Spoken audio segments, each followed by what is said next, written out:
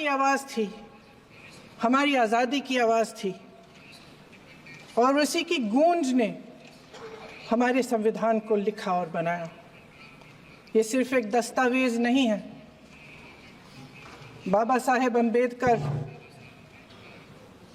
मौलाना आज़ाद जी, राजगोपालाचारी जी और जवाहरलाल नेहरू जी और उस समय के तमाम नेता, जैसे आपने कहा, इस संविधान को बनाने की जो कार्य में सालों के लिए जुटे रहे। हमारा संविधान इंसाफ, उम्मीद, अभिव्यक्ति और आकांक्षा की वो ज्योत है जो हर हिंदुस्तानी के दिल में जलती है। अध्यक्ष महोदय, इस ज्योत ने हर एक भारतीय को ये पहचानने की शक्ति दी कि उसे न्याय मिलने का अधिकार है, कि उसमें अपने अधिकारों के लिए आवाज़ उठाने की क्षमता है, कि जब वो आवाज़ उठाएगा तो सत्ता को उसके सामने झुकना पड़ेगा। इस संविधान ने हर एक देशवासी को ये अधिकार दिया कि वो सरकार बना भी सकता है और सरकार बदल भी सकता है। ये ज्योत जो हर हिंदुस्तानी के दिल में जलती है, उसने हर हिंदुस्तानी को ये विश्वास दिया कि देश की संपत्ति में, देश की दौलत में, संसाधनों में उसका भी हिस्सा है, कि उसे एक सुरक्षित भविष्य की उम्मीद का अधिकार है, कि देश बनाने में भी उसकी भागीदारी है। उम्मीद और आशा की ये ज्योत मैंने देश के कोने कोने में खुद देखी है। उन्नाव में मैं एक रेप पीड़िता के घर गई, उसे जलाकर मार डाला था। वो शायद 20-21 साल की होगी। हम सब के बच्चे हैं। हम सोच सकते हैं कि अगर हमारी बेटी के साथ बार बार बलात्कार हुआ और फिर जब वो अपनी लड़ाई लड़ने के लिए गई तो उसको जलाकर मार डाला गया होता तो हम पर क्या बीतती। मैं उस बच्ची के पिता से मिली।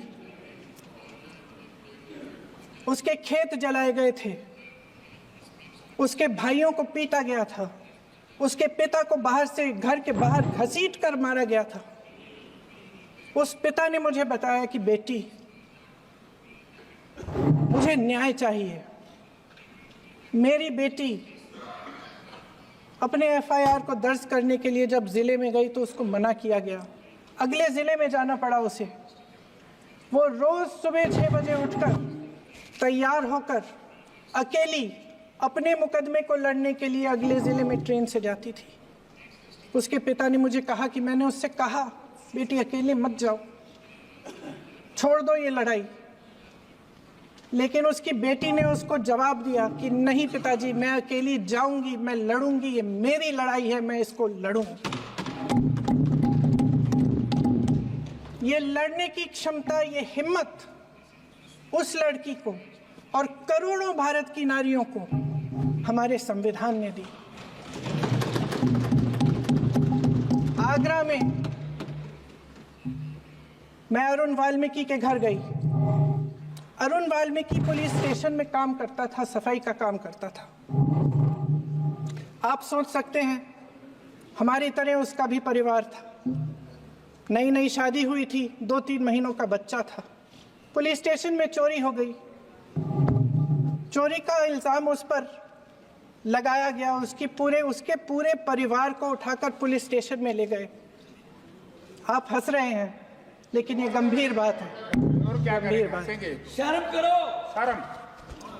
अरुण वाल्मीकि को पीट पीट के मार डाला, उसकी बीवी को पीटा, उसके पिता के नाखून निकाले, उसके पूरे परिवार को पीटा गया। जब मैं उस जवान महिला से मिलने गई जो अभी अभी विधवा हुई थी, तो उसने मुझे कहा कि दीदी, हमें सिर्फ एक चीज़ चाहिए, हमें न्याय चाहिए, और हम इस न्याय के लिए लड़ते रहेंगे चाहे कुछ भी हो जाए। ये हिम्मत उस महिला को हमारे संविधान ने दी।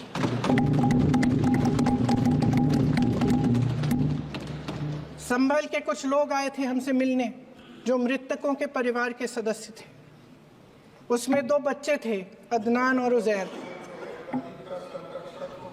आप सुनिए। उसमें 2 बच्चे थे, अदनान और उजैर। एक बच्चा मेरे बच्चे की उम्र का है, दूसरा उससे छोटा 17 साल का है। दर्जी के बेटे थे। दर्जी का एक ही सपना था कि वो अपने बेटों को पढ़ाएगा लिखाएगा, एक बेटा डॉक्टर बनेगा, एक बेटा भी सफल होगा दूसरा बेटा भी अपने जीवन में सफल होगा। उनके पिताजी हर रोज उनको स्कूल छोड़ते थे। उस दिन भी स्कूल छोड़ने के बाद अपनी दुकान में चले गए। उन्हें पता नहीं था कि विवाद हो रहा है। उन्होंने भीड़ देखी, घर आने की कोशिश की तो पुलिस ने गोली से मार डाला। वो 17 साल का बच्चा अदनान मुझसे कहता है, वो 17 साल का बच्चा अदनान मुझसे कहता है कि मैं बड़ा होकर डॉक्टर बन के दिखाऊंगा, मैं अपने पिता का सपना साकार करूंगा। ये सपना, ये आशा उसके दिल में हमारे संविधान ने डाली। अध्यक्ष महोदय, हमारे देश के करोड़ों देशवासियों के संघर्ष में, अपने अधिकारों की पहचान में, इनकी कठिन से कठिन परिस्थितियों से लड़ने की अपार हिम्मत में और देश से न्याय की अपेक्षा में हमारे संविधान की ज्योत जल रही है। मैंने हमारे संविधान की ज्योत को जलते हुए देखा है और इसके साथ साथ ये भी समझा है कि हमारा संविधान एक सुरक्षा कवच है। एक ऐसा सुरक्षा कवच है जो देशवासियों को सुरक्षित रखता है, न्याय का कवच है, एकता का कवच है और अभिव्यक्ति की आज़ादी का कवच है। दुख की बात यह है कि मेरे सत्ता पक्ष के साथी जो बहुत बड़ी बड़ी बातें करते हैं, इन्होंने इन 10 सालों में यह सुरक्षा कवच, सत्ता पक्ष के मेरे साथियों ने ये सुरक्षा कवच तोड़ने का पूरा प्रयास किया है। संविधान में सामाजिक, आर्थिक और राजनीतिक न्याय का वादा है। ये वादा एक सुरक्षा कवच है जिसको तोड़ने का काम शुरू हो चुका है। लैटरल एंट्री और निजीकरण के जरिए ये सरकार आरक्षण को कमजोर करने का काम कर रही है। अगर लोकसभा में ये नतीजे नहीं आए होते तो ये संविधान बदलने का काम भी शुरू कर लेते। सच्चाई ये है अध्यक्ष महोदय कि आज संविधान बार बार इसलिए कह रहे हैं क्योंकि इस चुनाव में इनको पता चल गया कि इस देश की जनता ही इस संविधान को सुरक्षित रखेगी, कि इस चुनाव में हारते हारते जीतने से इन्हें एहसास हुआ कि ये संविधान बदलने की बात इस देश में नहीं चलेगी। आज जनता की मांग है कि जाति जनगणना हो। सत्ता पक्ष के मेरे साथी ने इसका जिक्र किया। ये जिक्र भी आज इसलिए हो रहा है क्योंकि चुनाव में ये नतीजे आए। ये जाति जनगणना इसलिए जरूरी है ताकि हमें पता चले कि किसकी क्या स्थिति है और नीतियां उस हिसाब से बने।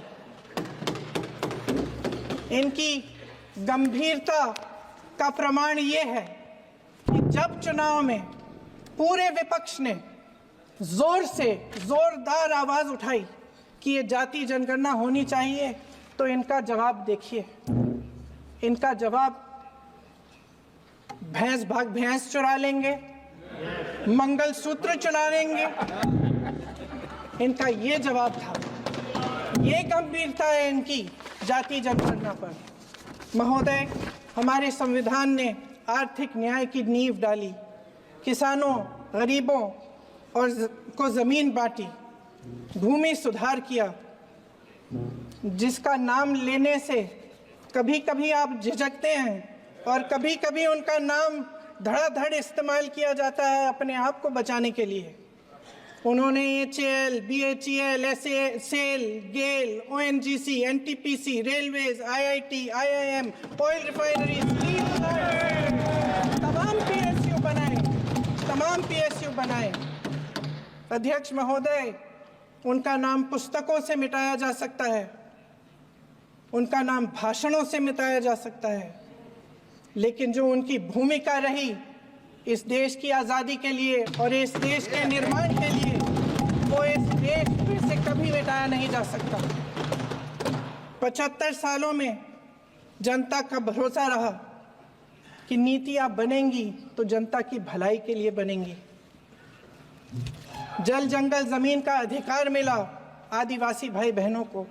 इंदिरा जी ने बैंकों का राष्ट्रीयकरण करवाया, खदानों का राष्ट्रीयकरण कराया। कांग्रेस और यूपीए की सरकारों में शिक्षा का, भोजन का अधिकार मिला। 75 सालों में जनता का भरोसा मिला। पहले संसद चलती थी तो जनता की उम्मीद होती थी कि सरकार महंगाई और बेरोजगारी पर चर्चा करेगी, कोई उपाय निकालेगी, कोई रास्ता निकालेगी। लोग मानते थे कि अगर कोई नई आर्थिक नीति बनेगी तो देश की अर्थव्यवस्था को मजबूत बनाने के लिए बनेगी, तो भारतीय बाजार को मजबूत बनाने के लिए बनेगी, उनके भविष्य को मजबूत बनाने के लिए बनेगी। किसान और आदिवासी भाई बहन भरोसा करते थे कि यदि जमीन के कानून में संशोधन होगा तो उन्हीं की भलाई के लिए होगा। आप नारी शक्ति की बात करते हैं। आज चुनाव की वजह से शायद इतनी बातचीत हो रही है नारी शक्ति के बारे में, क्योंकि हमारे संविधान ने महिलाओं को यह अधिकार दिया, उनकी शक्ति को परिवर्तित किया वोट में। और आज आपको पहचानना पड़ रहा है कि महिलाओं के बिना, कि नारी शक्ति के बिना ये सरकारें नहीं बन सकती हैं। इसीलिए आज आप नारी शक्ति की बातें दोहरा रहे हैं। जो आप नारी शक्ति का अधिनियम लाए हैं उसको लागू क्यों नहीं करते? वो 10 साल बाद लागू क्यों होगा? क्या आज की नारी 10 साल इंतजार करेगी उसके लागू करने के लिए? क्या बात है, क्या बात है।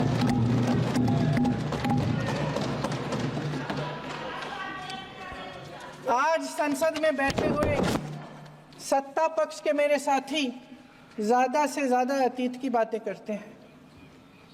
1921 में क्या हुआ, कब हुआ, नेहरू जी ने क्या किया।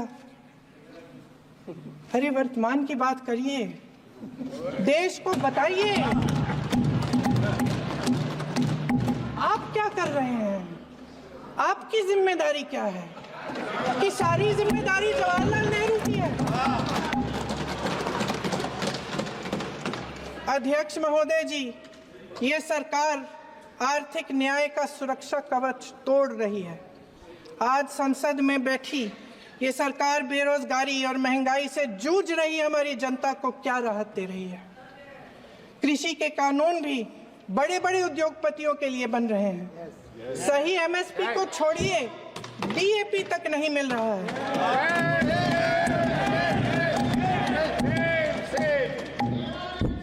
वायनाड से लेकर ललितपुर तक इस देश का किसान रो रहा है। आपदा आती है तो उसको कोई राहत नहीं मिलती। भगवान भरोसे है आज इस देश का किसान, उसको छोड़ दिया गया है। आज हिमाचल में देखिए, जितने भी कानून बने हैं वो सब बड़े बड़े उद्योगपतियों के लिए बन रहे हैं। हिमाचल में जो सेब उगता था उसके जो छोटे छोटे किसान हैं वह रो रहे हैं, क्योंकि एक व्यक्ति के लिए सब कुछ बदला जा रहा है। सुनने की हिम्मत रखो।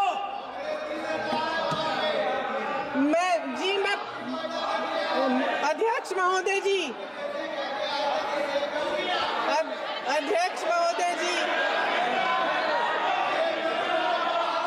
अध्यक्ष महोदय जी, अध्यक्ष महोदय जी, अडानी जी को सारे कोल्ड स्टोरेज प्रदेश की सरकार ने नहीं दिए। अडानी जी को सारे कोल्ड स्टोरेज आपकी सरकार ने दिए हैं। देश देख रहा है, देश देख रहा है कि एक व्यक्ति को बचाने के लिए 142 करोड़ देश की जनता को नकारा जा रहा है।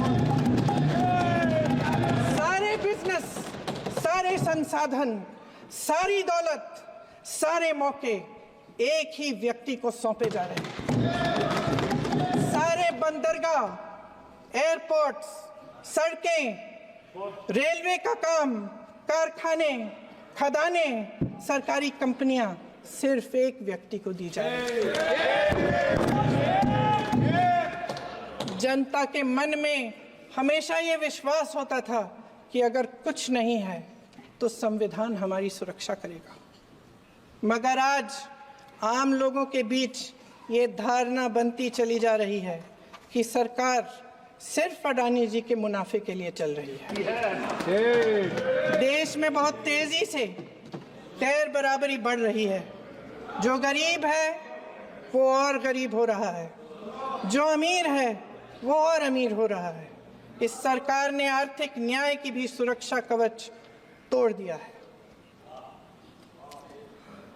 राजनीतिक न्याय की जब बात होती है, मेरे सत्ता पक्ष के साथी आज खड़े हुए और तमाम गिनती करने लग गए कि ऐसा हुआ वैसा हुआ, 1975 में जो हुआ, तो सीख लीजिए ना, आप भी सीख लीजिए। आप भी अपनी गलतियों के लिए माफी मांग लीजिए। आप भी बैलेट पे चुनाव कर लीजिए, आप भी बैलेट पे चुनाव कर लीजिए। दूध का दूध, पानी का पानी हो जाएगा। आप राजनीतिक न्याय की बात करते हैं, सरकारों को पैसों के बल पर गिरा देते हैं।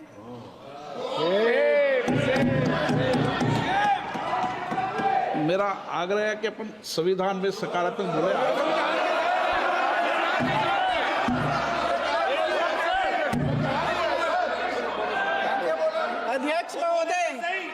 अध्यक्ष महोदय, सत्ता पक्ष के हमारे साथी ने एक उदाहरण दिया उत्तर प्रदेश की सरकार का, तो मैं भी एक उदाहरण दे देती हूँ महाराष्ट्र की सरकार का।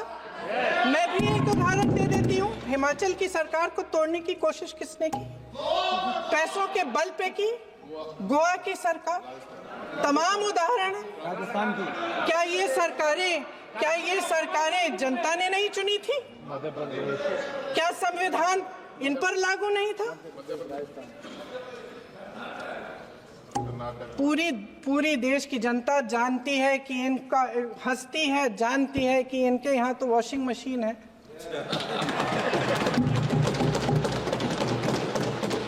तो यहाँ से वहां जाता है, वो धुल जाता है।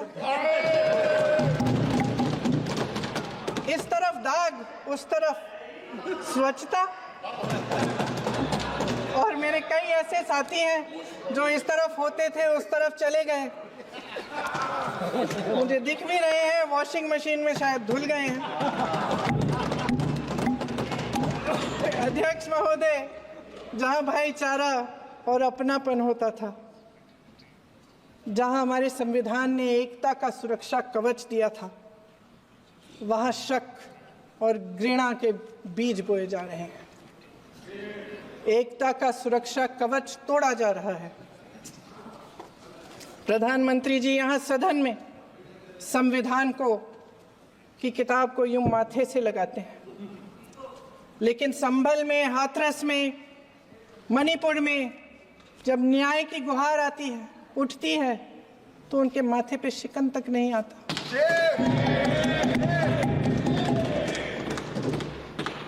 शायद समझ नहीं पाए हैं कि भारत का संविधान संघ का विधान नहीं है।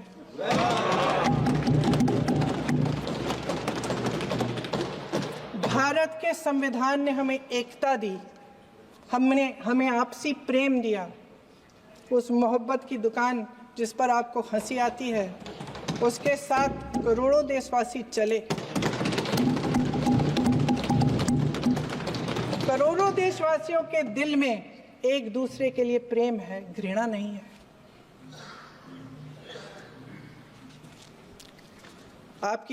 इनकी जो विभाजनकारी नीतियां हैं, उसका नतीजा हम रोज देखते हैं। राजनीतिक फायदे के लिए संविधान को छोड़िए, देश की एकता को भी ये रख नहीं सकते, इसकी सुरक्षा नहीं कर सकते। हमने संभल में देखा, मणिपुर में देखा। दरअसल इनका कहना है कि अलग अलग इस देश के अलग अलग हिस्से हैं, कैमरा लेकिन हमारा संविधान कहता है कि ये देश एक है और ये देश एक रहेगा। जहां खुला विवाद होता था, अभिव्यक्ति का सुरक्षा कवच होता था, इन्होंने भय का माहौल पैदा किया है। सत्ता पक्ष के मेरे साथी अक्सर 75 सालों की बात करते हैं, लेकिन इन 75 सालों में ये उम्मीद, आशा, ये अभिव्यक्ति की ज्योति कभी थमी नहीं, कभी बुझी नहीं। इस देश की जनता ने खुलकर आलोचना की, निडर होकर धरने किए, प्रदर्शन किए। जब जब जनता नाराज हुई, तब तब सत्ता को ललकारा, उसे चेतावनी दी, बड़े से बड़े नेताओं को कटघरे में खड़ा किया, उनसे जवाब मांगा, न्याय मांगा। इस देश के छोटे छोटे से नुक्कड़ की दुकानों में, चाय की दुकानों में, इस देश के घरों में, गलियों में, मोहल्लों में, अखबारों में, प्रकाशन घरों में, न्यायपालिकाओं में चर्चा कभी बंद नहीं हुई। लेकिन आज ये माहौल नहीं है। आज जनता को सच बोलने से डराया जाता है, धमकाया जाता है। पत्रकार हो या विपक्ष का नेता हो या किसी यूनिवर्सिटी का प्रोफेसर हो, छात्र संघ हो या कर्मचारियों का संगठन हो, सबका मुंह बंद कराया जाता है। किसी पे ईडी, किसी पे सीबीआई, किसी पे इनकम टैक्स, फर्जी मुकदमे लगवाए जाते हैं, जेल में डाल दिया जाता है। विपक्षी नेताओं को जेल में डाल दिया जाता है, उनको सताया जाता है। किसी को नहीं छोड़ा इस सरकार ने। देशद्रोही कह के उत्तर प्रदेश में मुझे याद है कुछ अध्यापिकाएं प्रदर्शन कर रही थी, उन पर मुकदमा डाल दिया देशद्रोही का, उन्हें देशद्रोही कह दिया। इन्होंने देश का पूरा माहौल भय से भर दिया है। इनकी मीडिया की मशीन झूठ फैलाती है, तरह तरह के आरोप लगाती है, और शायद वह भी भय में ही है। महोदय, मैं इस सदन को याद दिलाना चाहती हूं कि ऐसा डर का माहौल देश में अंग्रेजों के राज में था। जब इस तरफ बैठे हुए गांधी की विचारधारा वाले लोग आज़ादी की लड़ाई लड़ रहे थे और उस तरफ वाली विचारधारा वाले लोग भय में रहकर अंग्रेजों के साथ साठ-गांठ कर रहे थे। लेकिन अध्यक्ष महोदय, भय का भी अपना स्वभाव होता है। भय फैलाने वाले हमेशा भय का खुद शिकार बन जाते हैं। ये प्रकृति का नियम है। आज इनकी भी यही हालत हो गई है। भय फैलाने के इतने आदी हो गए हैं कि खुद भय में रहने वाले हैं। चर्चा से डरते हैं, आलोचना से घबराते हैं। कई दिनों से हम मांग रहे हैं कि चर्चा करिए, लेकिन चर्चा करने की हिम्मत ही नहीं है।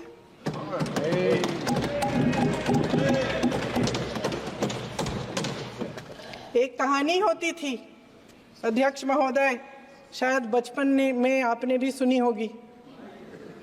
राजा भेष बदलकर बाजार में आलोचना सुनने जाता था। ये सुनने जाता था कि प्रजा मेरे बारे में क्या कह रही है, मैं सही रास्ते पे चल रहा हूं कि नहीं। लेकिन आज का राजा, भेष तो बदलते हैं आज के राजा, शौक तो है उनको भेष बदलने का, लेकिन न जनता के बीच जाने की हिम्मत है और न आलोचना सुनने की। महोदय, मैं तो सदन में नहीं हूं।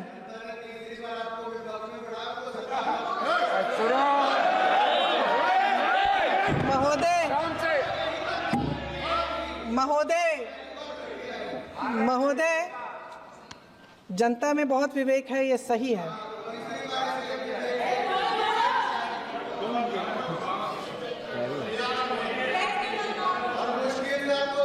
अच्छा महोदय, मैं सदन में नहीं हूँ, कुछ, हाँ ठीक है, मैं सदन में नहीं हूँ, मात्र 15 दिनों से आ रही हूँ, लेकिन मुझे ताज्जुब होता है कि इन 15 दिनों में इतनी बड़े इश्यूज हैं, इतनी बड़ी बातें हैं, प्रधानमंत्री जी मात्र एक दिन के लिए शायद 10 मिनट के लिए दिखे हैं सर।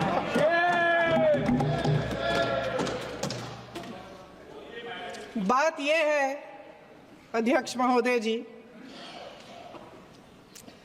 कि ये देश भय से नहीं, साहस और संघर्ष से बना है। इसको बनाने वाले देश के किसान, जवान, देश के करोड़ों मजदूर और गरीब जनता है। संविधान इनको साहस देता है। मेहनती मिडिल क्लास है और इस देश के जो करोड़ों देशवासी हैं, जो रोजाना भयंकर परिस्थितियों का सामना करते हैं, उनको साहस देता है। वायनाड में जो आपदा आई, उसमें एक छोटा लड़का था 17 साल का। 6 घंटों के लिए उसने अपनी माँ को बचाने की कोशिश की। 6 घंटों के लिए आप सोच सकते हैं कि अगर नदी की धारा बह रही है, नाराज है, आप अपनी माँ को पकड़े हो, 6 घंटों के लिए पकड़े रखते हो कि मेरी माँ बच जाएगी और अंत में वो माँ भी बह जाती है। उस लड़के का साहस, उन महिलाओं का साहस जो पीड़ित हैं लेकिन फिर भी अपनी लड़ाई लड़ रहे हैं, उन संभल के बच्चों का साहस जिनके पिताजी अभी गुजर गए लेकिन फिर भी उनके सपनों को साकार करने की हिम्मत है, उनका साहस है, वो साहस से संविधान ने दिया है।